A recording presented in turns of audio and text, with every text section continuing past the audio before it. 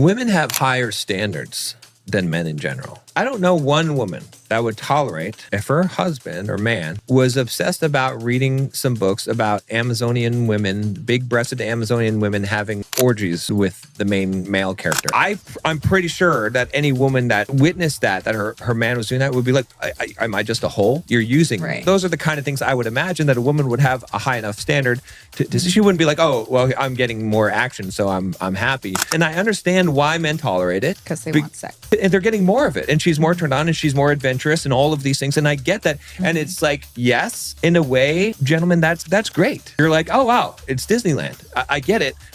But at the cost of your own pride, your own dignity. You are sacrificing your dignity in order to get more action. And that is not going to make a woman respect you more. It's going to make her respect you less because she knows that in the reverse situation, she would she would not tolerate that. Vanilla. Right. But the thing is that you just made me realize is it's all a disconnect from reality. Reading the books is a disconnect from reality. And these women have acknowledged that.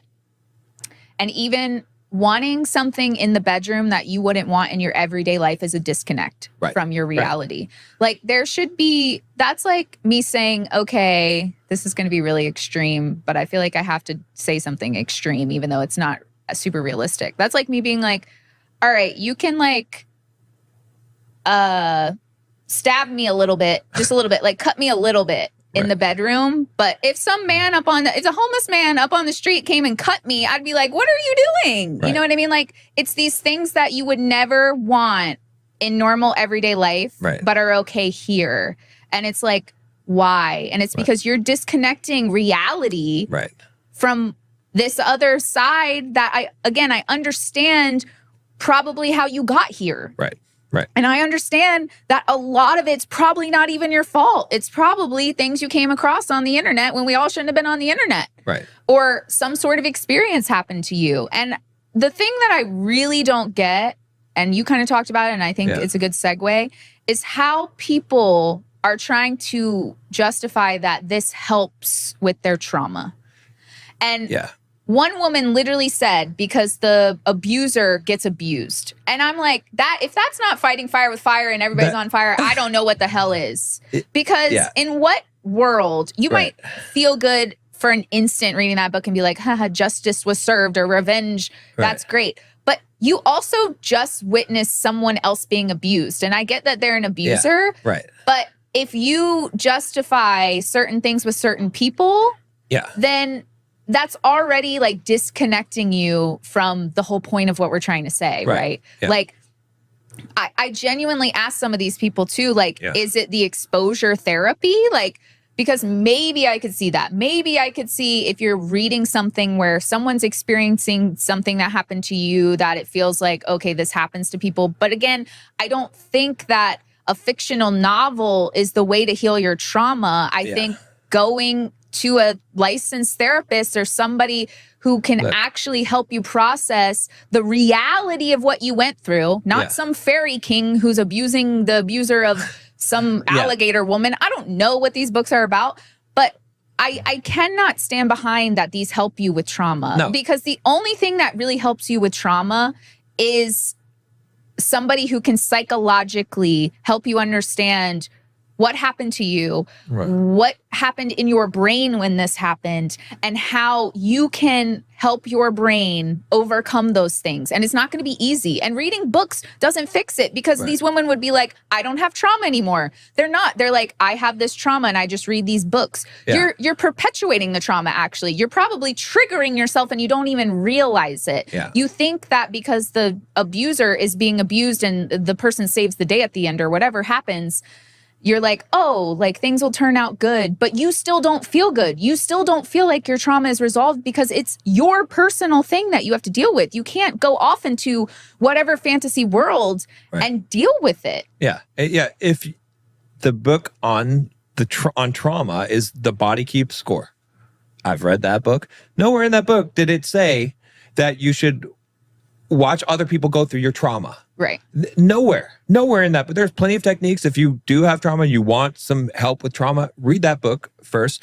But that's what it is, unfortunately, and I don't blame people for this, is that when people have an addiction, and everybody does this, they justify and gaslight because they feel shame. Right. And it's an understandable reaction. But I suppose the purpose of this podcast, of this episode, is to help people come to terms with it and stop living in the darkness and come into the light. And just, again, it's not a judgment. It's not you're a bad person. No. It's not that at all.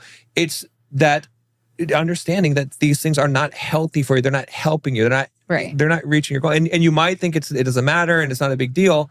But the other piece of this that we haven't even jumped into is because a lot of women are justifying their behavior and they're saying, oh, my husband likes it. I forgot to put that I wrote that down. Yeah. That was the first one. Why men should care that their women are reading these books. Well, let me talk I'll talk to men and to, I guess, to women as well. But look, here's the thing that I would say about this, because a lot of guys are like, oh yeah, this guy's insecure. He doesn't know how to please his woman. That's why he cares if she reads books. I don't care, right? She knows I'm better than some fantasy, right? So I get it. You know, I get that viewpoint. But here's the thing. They couldn't write somebody better than you. But here's the thing about that you have to understand is that women have higher standards than men in general. Okay? Now let me explain this. I don't know one woman that would tolerate if her husband or man was obsessed about reading some books about Amazonian women, big-breasted Amazonian women having orgies with the main male character. I'm thinking of the equivalent, you know what I'm saying? That would probably be, I don't know, something like that, right? A fictional fantasy. And if he was obsessed with it and he was reading these books all the time, right? And talking about it, just like, and was in book clubs about these books and online on the forums and, you know, and then he gives her more action because he's more turned on because he's in the mood because of these. Right. Or he has to read one of the books before he can even be intimate with her. Right. So I'm pretty sure that any woman that witnessed that her man was doing that would be like, what? Am I just a hole? Like, do you, it doesn't matter. You're just turned on because you read your stuff and now you want to use me. You're using me, right? Or it should be also probably like, what? Like, that's weird that turns you on. Am I not enough for you? Right? Those are the kind of things I would imagine that a woman would have a high enough standard to she wouldn't be like, oh, well, I'm getting more action, so I'm happy, right? So that's the thing is, and again, I use fiction or erotica in that case, but you could substitute it with corn if a man is addicted to corn, right? So I just use that to make it apples to apples comparison because I don't want people to say it's a different thing. But so what I would say to men is that are you really comfortable with your woman being turned on by something that's not you and using that in the same way, essentially using you, that you're not able to create that effect in her, that she's using this as an aid or something as a supplement, right? Because a woman would not tolerate that. That's why it's weird when men and I understand why men tolerate it. Because they want sex. And they're getting more of it. And she's more turned on and she's more adventurous and all of these things. And I get that. And it's like, yes, in a way, gentlemen, that's great. You're like, oh, wow, it's Disneyland. I get it. But at the cost of your own pride, your own dignity. You are sacrificing your dignity in order to get more action. And that is not going to make a woman respect you more. It's going to make her respect you less because she knows that in the reverse situation, she would not tolerate that. But you're tolerating it. And so she's losing respect for you. And you might think your relationship's great and you're having a lot of sex and stuff, but what's happening internally within her, it matters. And it matters to the intimacy of the relationship. And so if you have any balls and if you have any standards for yourself, stop tolerating it. Do not, just the same as if a woman wouldn't tolerate you doing it. And again, I'm not saying being a jerk or be anything like that. I'm just saying like understand, have a conversation and say, look, I do like the additional, fun time and all that stuff. However, I am concerned about this because, and explain to her the reverse situation. Like, if I were doing this and that was, how would you feel about it? Would you feel like maybe you're not enough, or, even if you're getting some benefits from it, and have that conversation, because you need to sack it up as a man, because it's a weak position to have. I totally get it, and I understand the temptation, but it is a weak position as a man. It's not a respectful.